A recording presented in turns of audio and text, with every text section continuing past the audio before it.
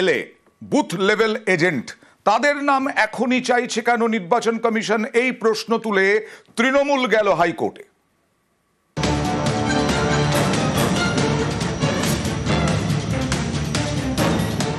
নির্বাচন কমিশনের বিরুদ্ধে আদালতে রাজ্যের শাসক দল তৃণমূল। সংঘাতের কেন্দ্রে বিএলএ, বুথ লেভেল এজেন্ট।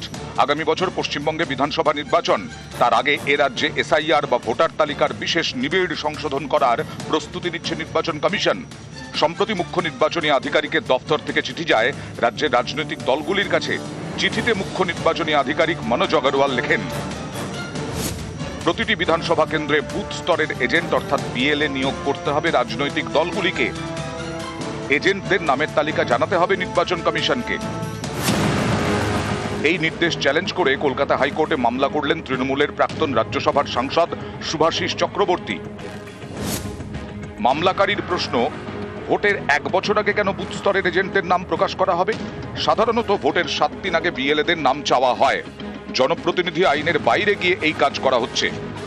এদিন শুনানির শুরুতে বিচারপতি অমৃতা সিনহা বলেন, এটা তো শুধু তৃণমূলের বিষয় নয়, এই নির্দেশ তো সব রাজনৈতিক দলের ক্ষেত্রেই প্রযোজ্য।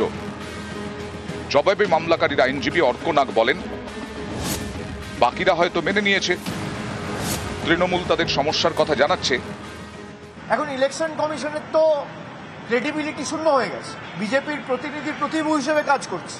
তা ইলেকশন কমিশনকে একটা লিস্ট দেওয়া মানে তো সেটা আলটিমেটলি বিজেপির হাতে চলে যাওয়া। নির্বাচন কমিশনের অধিকার নেই, তার কারণ নির্বাচন কমিশন নিরপেক্ষ নয়।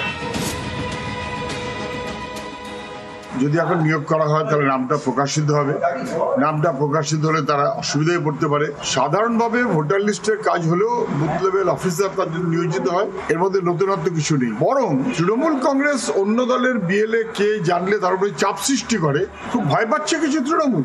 রিভিশন করতে হবে, মৃত মানুষের নাম যে বাদ দিতে হবে, এগুলো তো স্বাভাবিক প্রক্রিয়া, এবং সেটা করতে গেলেও তো বিএলএ লাগে। তৃণমূল কংগ্রেস আমাদের রাজ্যে তার সরকার এবং দল হিসাবে তো মামলা করতে করতে মামলা বাজে পরিণত হয়েছে। বিএলএ তার তথ্য নির্বাচন কমিশনের ব্যাপার। নির্বাচন কমিশনকে তৃণমূল কংগ্রেসের থেকে বেশি মানুষ ভরসা করে বলেই আমি জানি। নিউজ 18 বাংলা। বাংলার